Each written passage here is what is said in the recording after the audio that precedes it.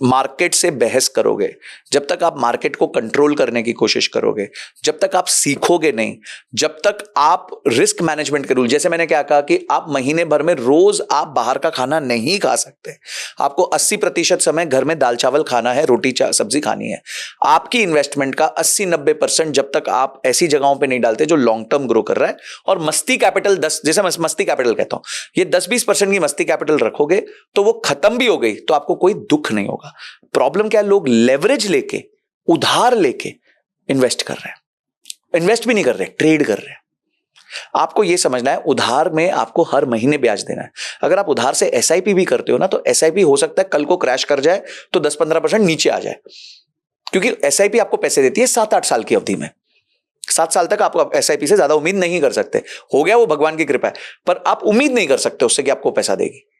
अब आपको ब्याज तो हर महीने देना है, आपने ब्याज पे पैसा उठा लिया और आप एसआईपी कर रहे हो। उससे भी खराब आप ब्याज पे पैसा उठा के फ्यूचर्स एंड ऑप्शंस कर रहे हो, उससे भी खराब आप क्रिप्टो कर रहे हो, कलर ट्रेडिंग कर रहे हो। ये क्या होता है सर, मेरे को पता ही नहीं है, मैंने रीलों में देखी कलर ट्रेडिंग। बहुत बुरा हाल है। निर्मला सीतारमण जी एफएनओ को रोकने की कोशिश कर रही हो, तो फिर भी लेजिटिमेट चीज है। कोई नीचे अंडरलाइंग है, बैंक निफ्टी है, रिलायंस है, टीसीएस है, क्रूड है। होता क्या है सर, बेसिकली एक ऐप है, आप गेस करते हो कि कौन अगला शॉट करेंगे तो कौन सा कलर आएगा, उस पर आप सट्टा लगा रहे हो। वो कोई कैसे गेस कर सकता है? मैम, वो 10 करोड़ लोग कर रहे हैं इस टाइम पे, जितने डीमैट नहीं उतने लोग कलर ट्रेडिंग कर रहे हैं। ये आपको मानसिकता दिखाता है देश का कि उनको ओवरनाइट, क्योंकि वो 1:10 का रेशियो, रिवॉर्ड रेशियो है।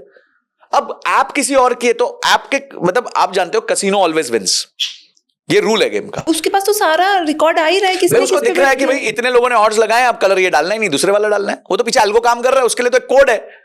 आपके यहां जिंदगी की कमाई ऊपर नीचे हो गई। मैं कहता हूं, आप जब आईपीएल पे सट्टा करते हो या फिर टीम बनाते हो तो भी कुछ लॉजिक होता है यार। ठीक है, रोहित शर्मा का फॉर्म अच्छा चल रहा है, कोहली का फॉर्म ठीक नहीं चल रहा, इसका ठीक चल रहा है, ये अच्छा बॉलर है, बुमराह मस्त है, तो उस हिसाब से आप टीम बनाते हो। कुछ एक साइंस होती है उसके पीछे। तो ये कलर ट्रेडिंग कैसे मतलब आप कर सकते हो? अच्छा, अब उसके बाद आप कंप्लेन कर रहे हो, स्ट्रेस आएगा, आपको थप्पड़ पड़ना चाहिए किसी से। जैसे आपने बोला आपके फादर ने आपको डांटा या फिर आपको वैसे किया, लिटरली थप्पड़ पड़ा था, तो आपका माइंड हिल गया ना, उसके बाद नहीं किया ना आपने, उसके बाद एमसीएक्स तो किसी को थप्पड़ मारना चाहिए सर। देखो, आपको यार एक मूवी आई थी भाग मिल्खा भाग, वो मिल्खा सिंह की एक सीन था, वो ऑस्ट्रेलिया गए थे और वहां वो हार गया था क्योंकि वो एक लड़की के चक्कर में पड़ गया था, अपना फोकस हटा दिया था। वो कहां गया, वो बाथरूम में गया और उसने अपने आप को जड़ जड़ के थप्पड़ मारे थे। आपको सीन याद होगा, बहुत इमोशनल सीन था। वो अपने आप को मार रहा था because he had that capability to coach himself कि भाई गलती हुई है मुझसे और आगे ना हो, इसलिए मैं अपने आप को मार देता हूं। आपको झंझोड़ना पड़ता है अपनी बॉडी को कि भाई कम बैक, रियलाइज कि तुमने मिस्टेक करी, तो तुम्हारा गोल था ओलंपिक जीतना और तुम यहां लड़की के चक्कर में पड़ गए, आके गोरी मेम के चक्कर में।